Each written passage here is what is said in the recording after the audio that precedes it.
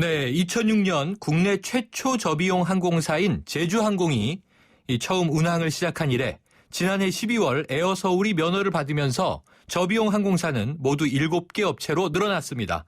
하지만 이 크고 작은 사고나 운항 차질이 계속되면서 이 항공 요금이 내려간 만큼 안전함도 떨어진 게 아니냐 하는 비판이 이어지고 있는데요.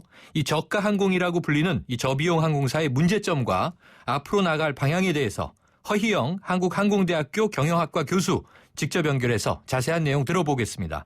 교수님 나와 계십니까? 네, 안녕하세요. 네, 안녕하세요. 예. 자, 최근에 저비용 항공사의 잇따른 사고 때문에 탑승객들의 불안감 커지고 있는데요. 예. 지난 이 12월 말에 제주항공 여객기 급강하했고요. 예. 지난 3일에는 필리핀에서 부산으로 오던 진에어 여객기가 출입문이 제대로 닫히지 않아서 이륙 20분 만에 회항했지 않습니까? 예. 이런 사고의 발생 원인 뭔가요? 예, 이게 보도된 대로 이번 사고들은 여러 가지 원인이 있었습니다. 네. 기상 상황에 대한 미숙한 처리라든가 정비 불량, 그리고 객실 안전 절차의 소홀, 이런 여러 가지 요인들이 이제 나타났는데요. 예. 네.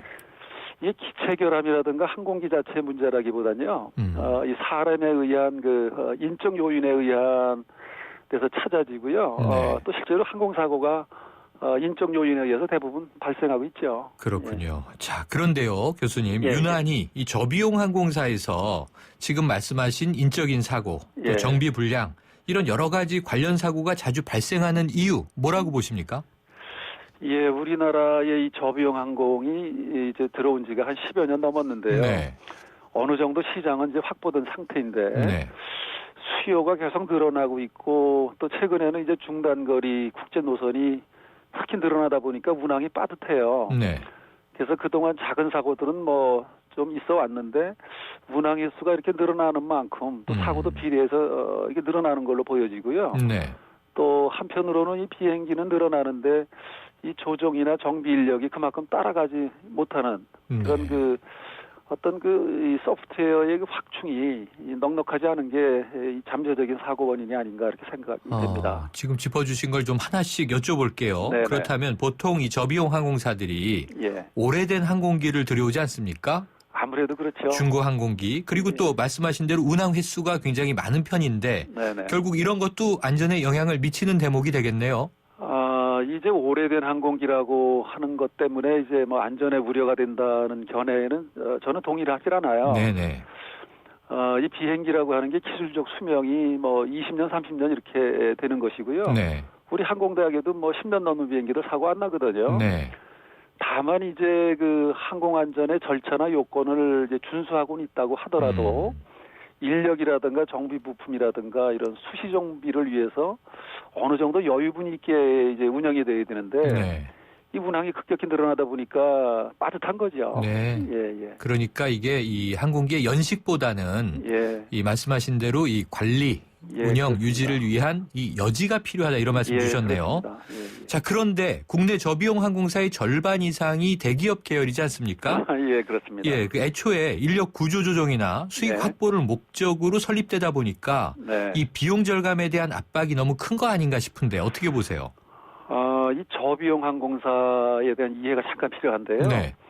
이 저비용 항공사는 사실은 비용 절감을 통해서 가격 파괴를 하는 항공사들이거든요.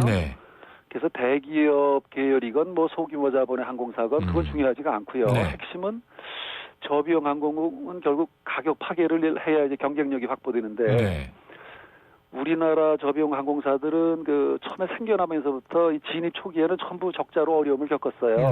그런데 최근 들어서 이제 흑자가 계속되다 보니까 항공기 도입을 많이 늘렸죠.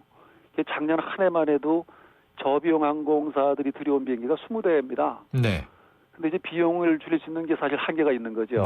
가동률을 계속해서 높이거나 불필요한 서비스나 마케팅 비용을 줄여야 되는데 실제 그렇게 하고는 있는데 안전에 대해서는 좀 다른 문제입니다. 그러니까 기존에 있던 대한항공이나 아시아나항공처럼 항공 안전에 대해서는 똑같이 돈을 들여야 합니다. 투자를 해야죠. 안전만큼은 이거는 이제 비용 절감의 대상이 아니다. 이런 말씀 주셨습니다. 네, 그렇습니다. 자, 그런데요. 이런 이야기 들었습니다. 심지어 일부 저비용 항공사가 추가 요금을 받고 비상구 좌석을 판매하고 있다. 이런 얘기를 들었는데요. 사실 이 비상구 좌석은 안전을 최우선 기준으로 둬야 하는 거 아닌가 싶은데 이거를 추가 비용과 돈과 맞바꿔도 되는 건가 싶은데 어떻게 보세요? 우선 그 비상구 자리가 편하긴 합니다. 네. 그런데 이 비상구에 대해서 뭐 추가 요금을 받는다고 얘기를 들었습니다. 네. 근데 원래 이 비상구라고 하는 건요. 비상 상황에서 승무원들을 돕는 조건으로 또 도울 수 있는 승객에게만 배정되는 게 원칙입니다. 네. 그런데 이제 항공사들이 수익 확보 차원에서 돈을 더 받는 모양인데 네. 이건 뭐 외국 항공사들도 이렇게 하는 경우가 있어요. 네. 다만 이 문제는 그 항공사의 이미지 차원에서 생각할 문제라고 생각이 되고요. 돈을 너무 밝힌다는 인식을 소비자들에게 줄 수 있지 않겠습니까? 네.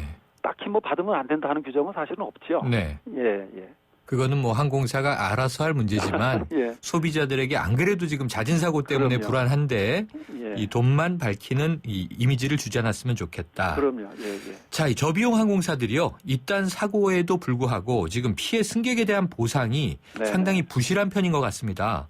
아까 언급드렸던 지난 3일 진에어 항공기 사고에 대해서 네네. 항공사 측이 이렇게 밝혔네요. 통상적으로는 5만 원이 지급되지만 예. 사과의 의미로 10만 원을 지급하겠다. 이렇게 설명했는데요. 예. 이거 그 불안감을 겪은 탑승객들이 받아들이긴 좀 쉽지 않은데 이렇게 예. 사고에 대해서 명확한 보상 기준이 없다. 이거 좀 이해 안 가는데 어떤가요? 이 항공사고에 대한 보상 규정은요. 네. 우선 그 명백하게 인명이나 재산상의 손실이 있으면요. 네. 법적인 소송이 가능하고 또 국제적인 그 기준, 판례가 많아요. 네.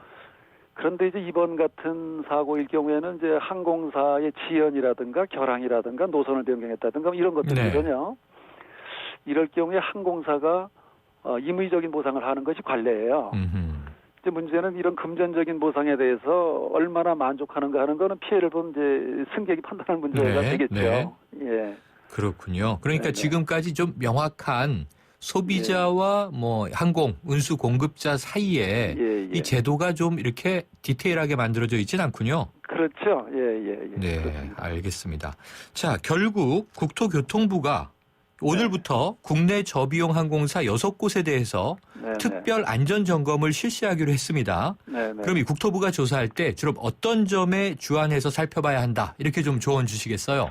예, 국토부는 원래 늘 정기 점검을 해오고 있는데요. 네. 또 사실은 우리나라가 항공 안전에 대해서는 뭐 우수 국가입니다. A등급을 받는 국가인데 네. 이번에 특별 점검이라고 하는 것은 이렇게 정기 점검을 했는데도 불구하고 사고가 났으니까 이제 이 관계 당국이 네. 세밀한 부분을 이번에 살펴볼 걸로 보이는데 이번 점검에서는 아마도 이제 운항이나 정비의 절차 네. 또 이 객실 승무자들의 그 정기 훈련에 대한 실태 네.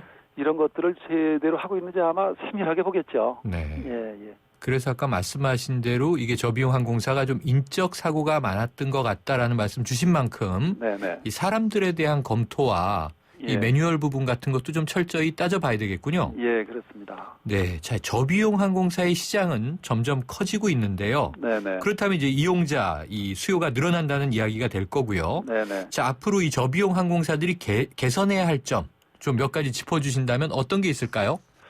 예, 우선은 이번을 계기로요. 뭐 저비용 항공사뿐 아니고 모든 항공업계가 항공 안전을 한번 다시 생각하는 계기가 되어야 할 것이고요.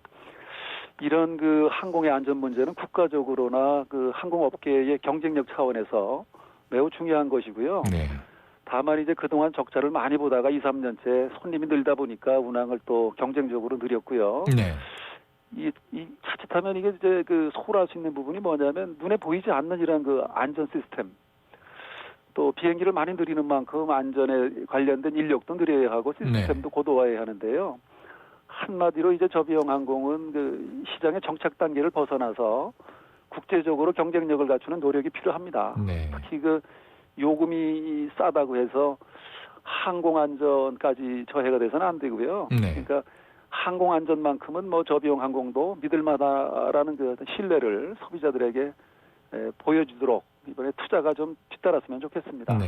교수님 그럼 끝으로요. 네네. 자 현재 시점에서 우리나라 저비용 항공사 네. 국민들이 안심하고 타도 되겠습니까? 뭐 저는 뭐 그렇게 보는데요. 네. 이게 이제 다만 이번에 이런 사고들이 그대로 간과했다가는 큰 사고로 이어지거든요. 네. 그래서 이번에 믿을만하죠. 믿을만한데 이번을 계기로 좀 이 안전에 대해서 업그레이드하고 전체적으로 좀 고도화하는 안전을 자꾸 망각할 수가 있거든요. 네. 영업이 바쁘다 보면 네. 그런 점에서 이번이 좋은 계기라고 생각이 됩니다. 네. 자, 좋은 계기 전화위복으로 삼아서 네. 저비용 항공사들 더 안전에 철저한 점검 관리를 요해 주시기를 부탁을 드립니다. 교수님, 네. 오늘 말씀 감사합니다. 네, 감사합니다. 지금까지 허희영 한국항공대학교 경영학과 교수였습니다.